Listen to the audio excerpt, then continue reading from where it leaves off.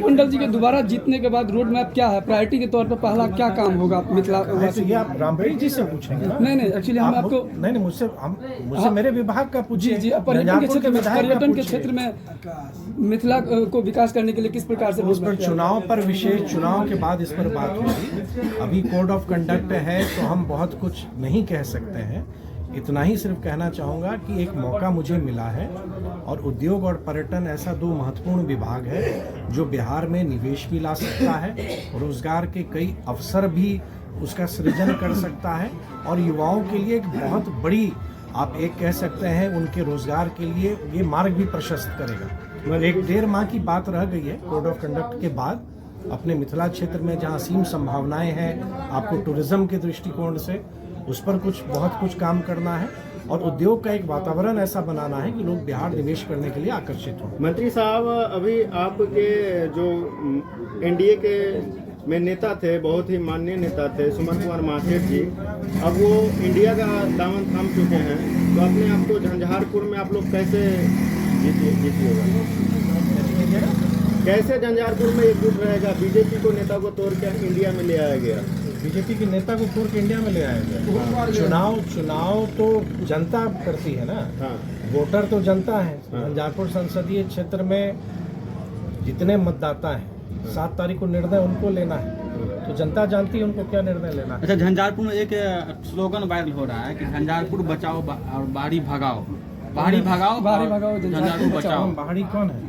तो ये इस पर आप क्या कहना चाहेंगे? बाहरी कौन है और बाहरी की परिभाषा क्या है? आप ये प्रश्न पूछ रहे हैं तो पहले आप बताइए, बाहरी आप किसको मानते हैं? इस देश का नागरिक नहीं है, इस राज्य का नागरिक नहीं है। बाहरी कौन है हम नहीं समझ पा रहे हैं विषय। नहीं, एक वायरल हो रहा है उम्मीदवार। अरे बाबा, आप जिम्मेदारी वाले पद पर है ना भाई जी, आप प्रेस से हैं, तो कौन है बाहरी उम्मीदवार? एक वायरल हो रहा है। हम नहीं जान रहे बाहरी आप किसको मान रहे हैं? बाहरी उम्मीदवार कौन है? बाहरी और भीतरी क्या होता है और कौन बोल रहे हैं बाहरी और किसको बोल रहे हैं बाहरी, ये बताइए। विरोधी आपको बोल रहे हैं, विरोधी आपको बोल रहे हैं कि बाहरी कैंडिडेट हैं। नहीं, आपको नहीं, कैंडिडेट नाम बोलिए ना महाराज, आपके कैंडिडेट को, एनडीए के कैंडिडेट को। उनका घर झंझारपुर संसदीय क्षेत्र में नहीं है। तो आप जवाब दीजिए ना, वही तो नहीं जब आप बोलिए बयान को आप कैसे देखते हैं? नहीं, ये बयान जो दे रहे हैं उनकी बुद्धि को हम प्रणाम करते हैं। सब लोग भारत के नागरिक हैं और ये हमारा संविधान अनुमति देता है कि कोई कहीं से लड़ता है। दूसरे राज्य के लोग दूसरे राज्य से जाके चुनाव लड़ते आए हैं। अब हम अपने ही राज्य में एक प्रखंड से दूसरे प्रखंड में चुनाव ना लड़ें, एक विधानसभा से दूसरे विधानसभा में चुनाव ना लड़ें, तो वैसे लोगों को प्रणाम करेंगे। और जो उनके बयान पर इतना ध्यान दे रहे हैं वो भी प्रणाम करने योग्य है कि आप देश को कहाँ ले जाना चाह रहे हैं, देश को जोड़ना चाह रहे हैं कि आप देश को तोड़ना चाह रहे हैं।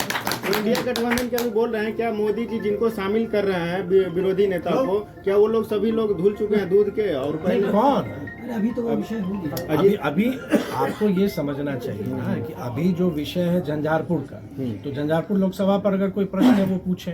दूसरी बात है कि अगर आप कह रहे हैं कोई शामिल होता है कोई नहीं शामिल होता है, ये राजनीतिक दल का निर्णय होता है। और दूसरी बात, अपने देश में न्यायालय है, कानूनी प्रक्रिया है। अगर किन्हीं को शिकायत है उस प्रक्रिया का पालन कीजिए। आप अपना जो आपको बेहतर लगे आप करें। एनडीए के बीच ही लड़ाई है। नहीं, मेरी कोई मुकाबला एनडीए का कोई मुकाबला नहीं।